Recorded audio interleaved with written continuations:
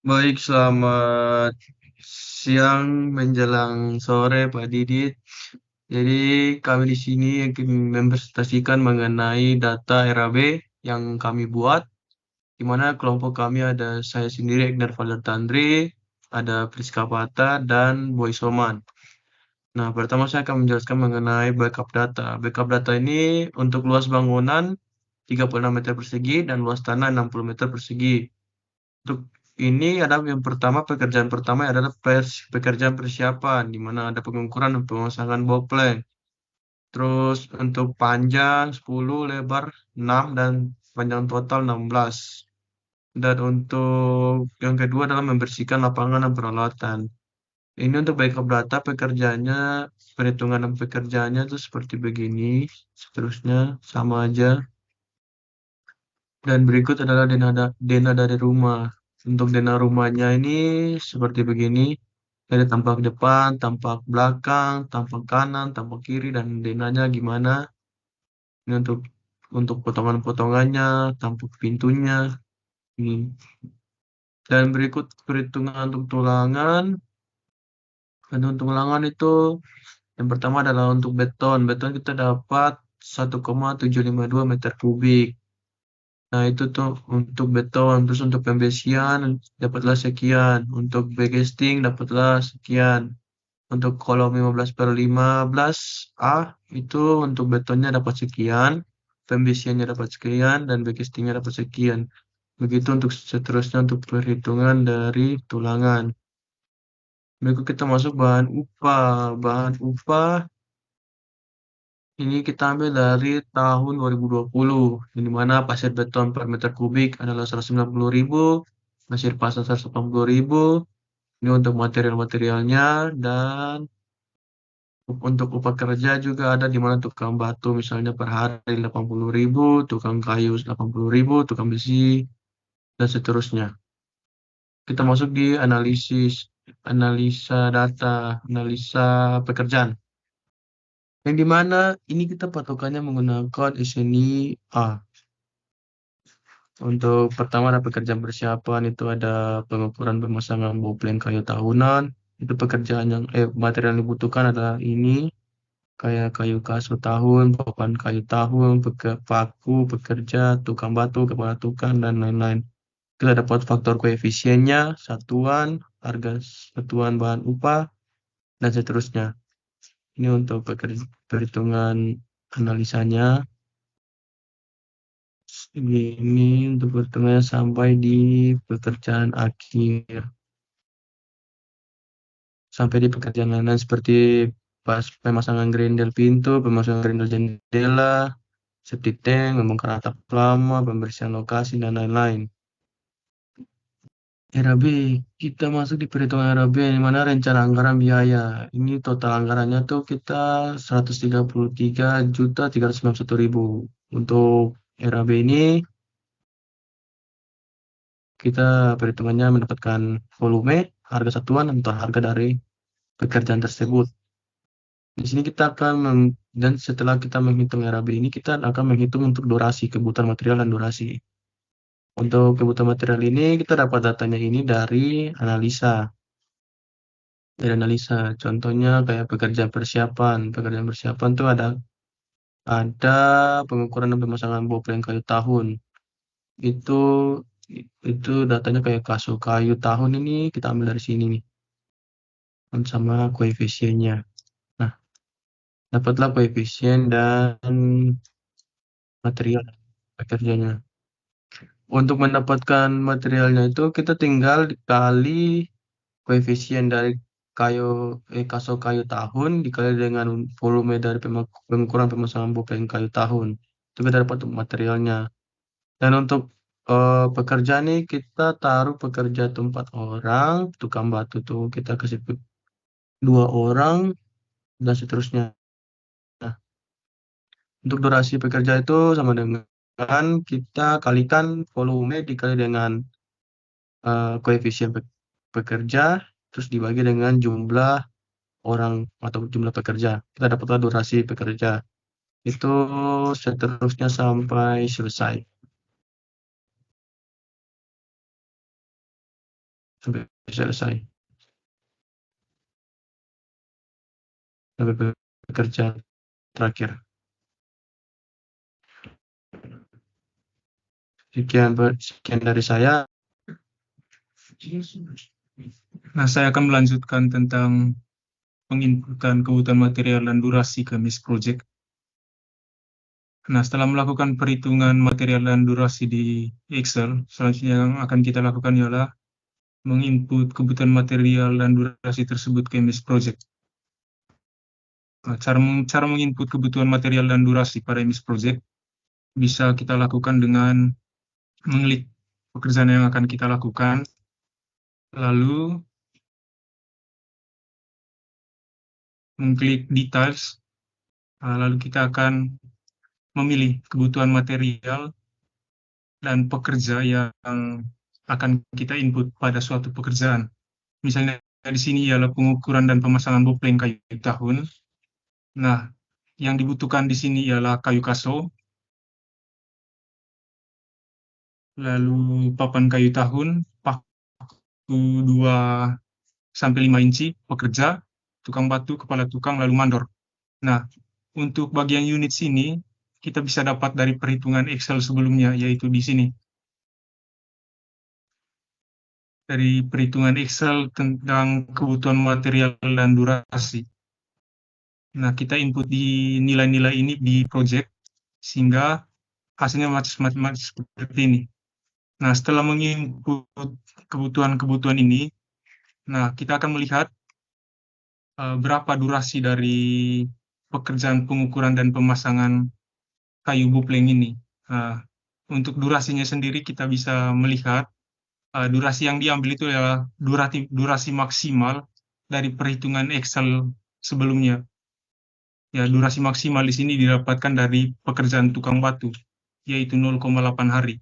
Sehingga durasi yang kita input di MS Project ialah 0,8 hari.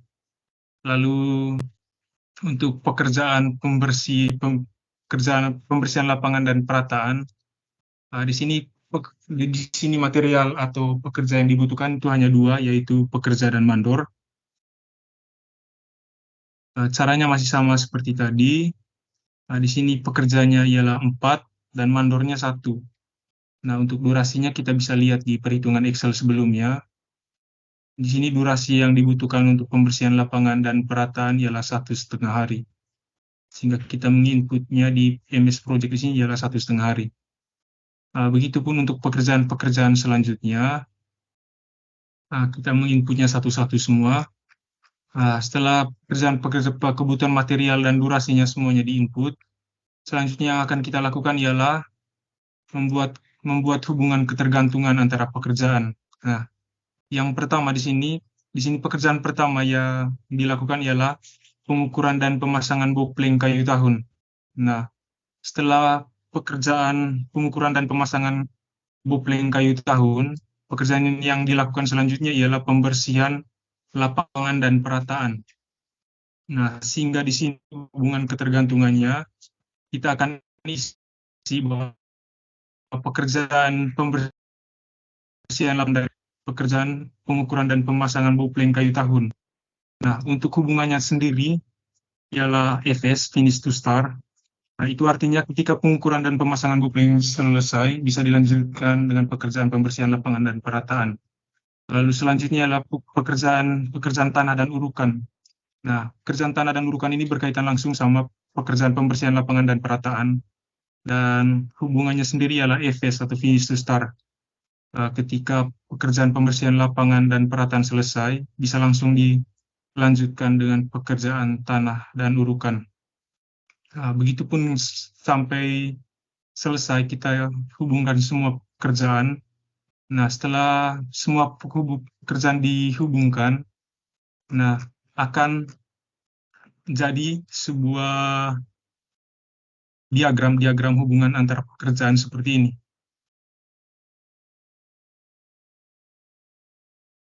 Dari diagram ini yang setelah kita susun, kita akan mendapatkan berapa durasi maksimal dari pekerjaan yang kita rancang tersebut. Durasi maksimal itu kita bisa lihat di lintasan kritis. Lintasan kritis bisa kita lihat di sini, di network diagram ini. Lalu diagram-diagram yang berwarna merah ini ialah lintasan kritis. Lintasan kritis itu ialah durasi maksimal yang dibutuhkan untuk melakukan suatu pekerjaan. Di sini durasi maksimalnya ialah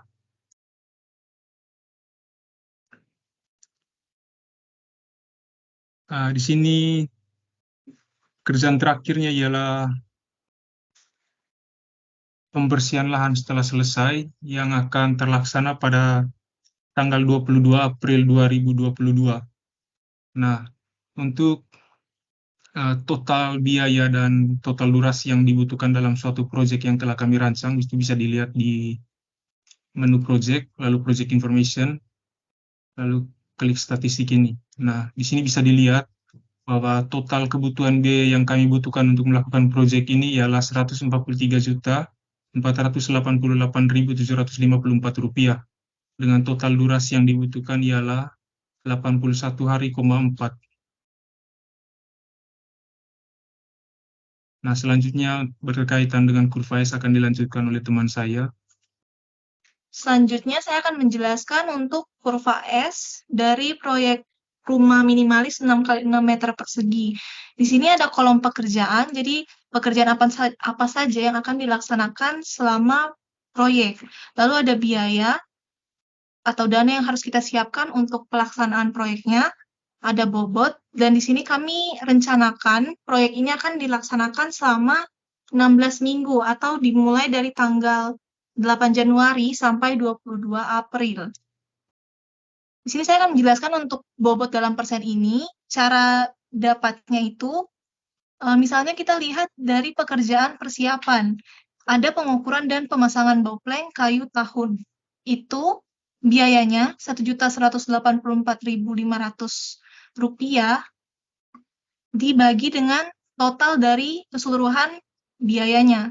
Rp144.488.755 dikali dengan 100%, didapat hasilnya 0,8255 sen. Lalu bobot ini kalau dijumlah itu hasilnya harus 100%. Lalu ada total dan kumulatif. Kalau total ini, jadi misalnya di minggu pertama itu ada pekerjaan pengukuran dan pemasangan baupleng kayu tahun, pembersihan lapangan dan perataan, dan pekerjaan pasangan pondasi. Nah, itu diakumulasi, di jumlah totalnya didapat 1,787. Lalu misalnya di minggu kedua, itu ada pekerjaan pasangan pondasi dan pemasangan 1 meter pondasi batu belah campuran. Itu 0,758 ditambah dengan 3,14, didapat hasilnya 4,072. Untuk kumulatifnya, cara dapatnya itu nilai di minggu tersebut ditambah dengan kumulatif di minggu sebelumnya. Jadi misalnya di minggu kedua itu totalnya 4,072 ditambah dengan kumulatif di minggu sebelumnya itu 1,79, didapat kumulatif di minggu kedua itu 5,86. Seterusnya sampai di minggu ke-16, dan jika dijumlah hasilnya harus 100%. Selanjutnya saya akan menjelaskan untuk kurva S-nya.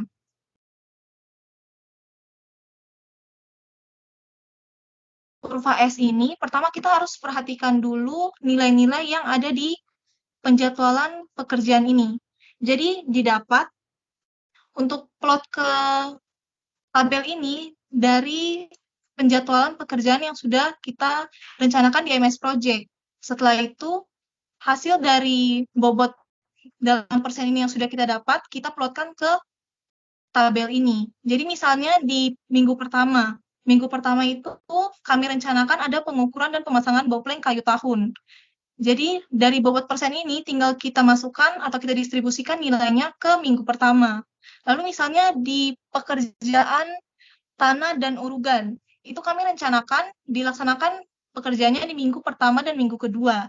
Nah, bobotnya di sini 1,3542. Jadi tinggal didistribusikan saja ke minggu pertama dan minggu kedua.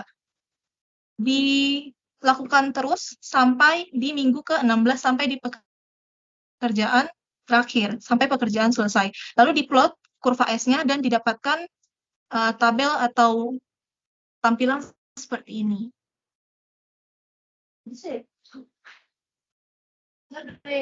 Baik, sekian dari presentasi kami.